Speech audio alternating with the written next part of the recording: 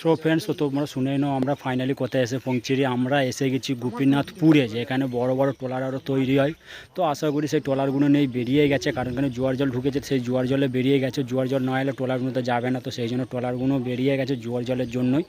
তো দুঃখিত, ট্রলারগুলো তোমাদেরকে দেখাতে পারলাম না। তো তার সাথে সাথে কয়েক ঘন্টার মধ্যেই শ্যুটিং হবে, তো আমরা শ্যুটিং অবধি যদি থাকতে পারি অবশ্যই তোমাদের দিকে তুলে ধরার চেষ্টা করব, না হলে তাহলে হবে না। তো চলো স্টেপ বাই স্টেপ ভিডিওটা দেখো, স্কিপ করবে না। দেখো এই যে এতটাই ভাইরাল পরিমাণে জায়গা, তো দেখো এই দুটো লোককে যে দেখতে পাচ্ছ, তো এনারা আশা করি ক্যামেরা নিয়েই এসেছে ভিডিও শ্যুট করার জন্য, তার সাথে নায়ক নায়িকারও এসছে, তো এনারা ভিডিও শ্যুট করবে বলে।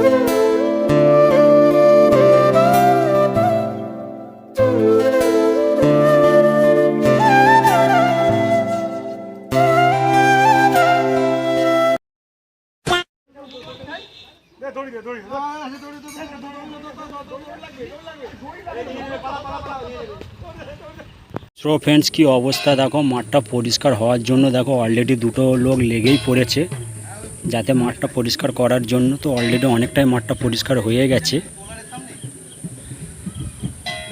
তো দেখতেই পাচ্ছ। তো এই মাঠে ভিডিওটা শ্যুট করা হবে, তো আমরা যতটা যা পাচ্ছি কন্টিনিউ ভিডিও দেওয়ার চেষ্টা করছি। তো ভিডিওটা দেখতে থাকো, স্কিপ করবে না, ভালো জিনিসই আশা করি মিস করবে তোমরা। A few moments later.